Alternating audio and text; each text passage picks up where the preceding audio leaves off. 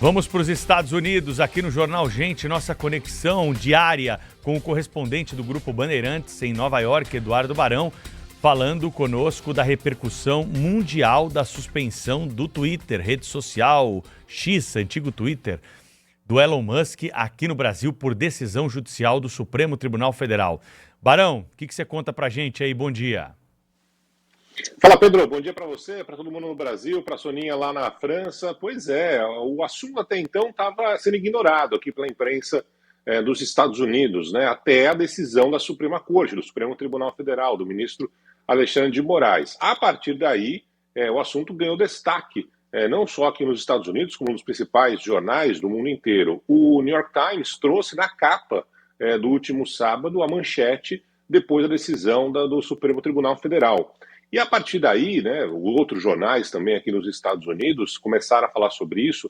E ontem, na edição de ontem, né, do New York Times, tem um detalhe que chamou a atenção. Os americanos disseram assim: finalmente descobrimos quem que abastece, né, o Twitter. Com a ausência do brasileiro, muita gente está sentindo falta de muitos memes, muitas curiosidades, ou, sei lá, informações que são colocadas na rede social do Elon Musk. A discussão também se deu por causa dessa situação. Desde que comprou o X, né, que agora não é mais Twitter, o X, o valor da compra do Elon Musk já caiu 71%. Ele comprou por 44 bilhões de dólares. A gente sabe muito bem que ele não comprou isso exatamente para ganhar dinheiro, ele tem outras formas de ganhar dinheiro, mas sim como uma forma de tentar ter poder, ter dominância, enfim, ter algo que ele pode exercer por meio dessa rede social. Também chamou a atenção que nas últimas horas ele acabou acatando uma decisão do governo da Turquia, derrubando contas de opositores do atual presidente. Enfim, são dois pesos, duas medidas, a gente já conhece essa história, não é novidade, não é a primeira vez que Musk toma esse tipo de decisão, e claro que isso tem gerado também debate sobre o assunto aqui nos Estados Unidos. Barão, tem uma curiosidade, não é? Além da notícia que você já relata para a gente, que estampou capas de jornais durante o final de semana, qual que é a abordagem da imprensa americana a respeito disso? Eles estão dando razão para quem, Barão? Eles não dão razão exatamente, Thaís. Eles contam as duas histórias, né? Então eles falam sobre o motivo que levou à decisão do Supremo Tribunal Federal, do ministro Alexandre de Moraes, conta que os dois já estavam antes travando essa discussão, não é nova, né? Enfim, que os dois estão batendo de frente já faz um tempo. Mas eles param por aí, eles se limitam a contar a versão, mas não a dar razão para um ou para outro lado nesse caso. Eduardo Barão, direto de Nova York. Obrigada, Barão. Até amanhã. Até amanhã. Valeu. Obrigado. E agora no Jornal Gente, o cientista político Fernando Schiller está conosco para trazer mais informações, também na repercussão e mais desdobramentos sobre a suspensão da rede social X no território nacional por decisão do ministro Alexandre de Moraes. E aí, Schiller, o que já se suspeitava acabou realmente acontecendo? Qual tem sido a grande repercussão, o teu ponto de vista sobre essa decisão do ministro Alexandre? Lembrando que já temos 2 votos no plenário virtual da primeira turma para a manutenção da decisão monocrática do ministro do Supremo. O julgamento segue aberto para os demais ministros da primeira turma votarem nessa manhã, Schiller. Tudo bem, Pedro? Tudo bem, Sônia, Thaís, Cláudio? Olha, primeiro dizer que eu estou aqui no Chile, então tudo bem? Então, eu estou meio como a Sônia hoje, de correspondente internacional. Então você pode ver tudo o que está acontecendo. Tem Twitter aí, Schiller? Desculpa, Pedro? Aí tem Twitter liberado aí? Tem Twitter liberado. Até agora não senti esse efeito aí de sem Twitter. Posso acompanhar tudo que acontece na política global, que em grande medida acontece no Twitter, repercute no Twitter, né? Sim. Inclusive muita gente do Brasil tweetando, não sei como, porque, enfim, o debate continua lá, menos intenso aparentemente, né? Mas continua muita gente colocando notícias, informações e tal. Mas eu conversei aqui, eu tive uma atividade acadêmica aqui com acadêmicos, cientistas políticos. Eu tive dificuldade até de explicar e eles entenderem exatamente o que está acontecendo no Brasil, né? Então, assim, é uma longa história, até para contar tudo e tal. É surrealista, é impossível acontecer algo parecido com isso, pelo menos pelo que me colocaram aqui num país como o Chile, né? Você simplesmente isolar o país da grande rede de discussões, na verdade. O Twitter, eu particularmente vou dizer para vocês, até eu não gosto muito do Twitter. Mas uso o Twitter como uma fonte muito importante de conhecimento acadêmico, porque nos Estados Unidos, na Europa e vários países do mundo, o Twitter ele é usado para a divulgação de artigos, pesquisas, blogs acadêmicos. Então, eu fiz uma curadoria, digamos lá, tenho 20, 25 intelectuais, pesquisadores, enfim, que eu acompanho, então facilita muito. Você tem aquela sua timeline com esses. Agora, bom, por aqui no Chile eu não senti ainda. Quando eu chegar no Brasil, eu não sei o que eu vou fazer. Vou ter que arrumar um jeito de fazer esse acesso de outra maneira, né? Mas vamos lá, eu acho que era previsível. É previsível que a votação seja unânime na primeira turma, né? A minha impressão é que o ministro Alexandre de Moraes ele evitou que isso fosse ao plenário, que seria a discussão, especialmente no plenário físico, na minha visão, poderia ter um risco, ele teria maioria, não é? Mas poderia ter uma divergência do ministro Nunes Marques, não é? Dos ministros, enfim, indicados pelo presidente Bolsonaro, André Mendonça e Nunes Marques, como houve lá, lembrar quando as penas para os denunciados, os condenados, enfim, no 8 de janeiro, houve uma divergência sobre a medição da pena e a atribuição dos crimes. Uma clara divergência entre André Mendonça e Nunes Marques e o restante do plenário do Supremo. Então agora poderia ter, porque esta decisão, vamos entender, ela é muito complexa, não é só uma questão de bloquear o Twitter no Brasil, o X no Brasil. Você tem duas decisões paralelas, né? Uma delas, a proibição dos brasileiros de acessarem via o VPN, né? Então, quer dizer, é uma medida que se estende a, teoricamente, 210 milhões de brasileiros. Vamos tirar as crianças, aí, enfim. Mas, enfim, no mínimo 145 milhões de eleitores brasileiros, né? Por que as pessoas seriam proibidas? Isso foi o que as pessoas menos entenderam aqui quando eu tentei explicar. Por que as pessoas seriam proibidas se a plataforma é proibida de funcionar no país? Mas por que as pessoas não poderiam acionar a plataforma como queiram, né? Enfim, a partir do seu direito individual. As pessoas não são notificadas, as pessoas não são parte do processo, as pessoas não cometeram crime nenhum. Enfim, né? É uma situação, no mínimo, muito curiosa. E a outra decisão em relação à Starlink. Vamos lá, o Elon Musk ele tem 42% das ações da Starlink, ele é minoritário na Starlink. Então, vamos lá, o Google, por exemplo, é sócio da Starlink. Acionistas, tem muitos fundos, inclusive fundos de pensão, fundos tecnológicos, pessoas até aposentadas colocaram o dinheiro lá na Starlink. Então, é óbvio que o Brasil é apenas um dos mercados, né?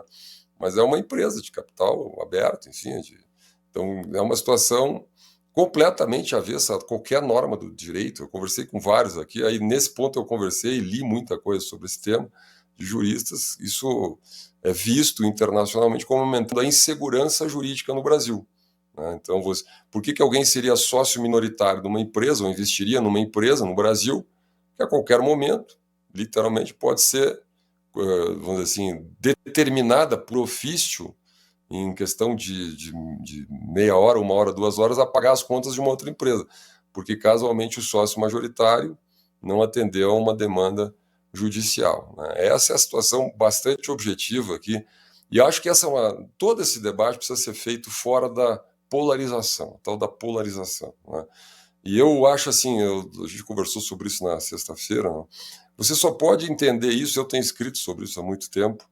Quer dizer, que, no fundo, esta situação de que nós estamos vivendo agora, ela é uma consequência lógica de um processo que começou lá em 2019, com os inquéritos das fake news, né? Então, vamos lá, você teve uma longa sequência de atos de censura no Brasil, muita gente concordou, muita gente não concordou, muita gente resolveu ficar em silêncio. Isso que aconteceu no Brasil nos últimos 5 anos. Nós aqui no Jornal Gente várias vezes falamos sobre esses temas, todos, não é nenhuma novidade. Eu li agora a decisão, foi divulgada pelo próprio Elon Musk, 57 páginas, decisão de fechamento do Twitter, das contas aquelas. O ato final foi a determinação do STF para o banimento de um conjunto de contas. A gente comentou aqui, entre elas, a da Mariana, né, a filha do Oswaldo Eustáquio, uma menina de 16 anos. Eu fui ler lá na decisão qual era o crime da Mariana. Ela fez uma denúncia contra os delegados, um delegado, enfim, que fez a abordagem. Ela se sentiu intimidada, assediada, enfim, e fez uma denúncia. Então, e, obviamente, ela defende seu pai, o Oswaldo Eustáquio, que também está no exterior e foi banido, foi preso, etc. É um jornalista, obviamente, de oposição ao STF, etc. Então, ela foi banida, né? E me chamou muita atenção, eu li com mais atenção quais seriam os crimes do senador Marcos Duval, né? E ele basicamente, lá está o relato todo detalhado, ele basicamente tem um deles que ele faz um alerta aos policiais da Polícia Federal, cita o julgamento de Nuremberg, dizendo que ninguém pode dizer que está apenas cumprindo ordens, porque esta foi um assunto importante, um tema importante no Tribunal de Nuremberg, ou seja, o argumento de que eu obedeço uma ordem legal, mas eu estou subordinado a uma hierarquia, então eu só estou obedecendo ordens, segundo o senador Marcos Duval, não valeria. Então os policiais deveriam prestar atenção nisso e não obedecerem ordens ilegais, né? Então esse foi um deles. O outro, ele se solidariza com a Mariana Eustáquio. Então tem uma série de...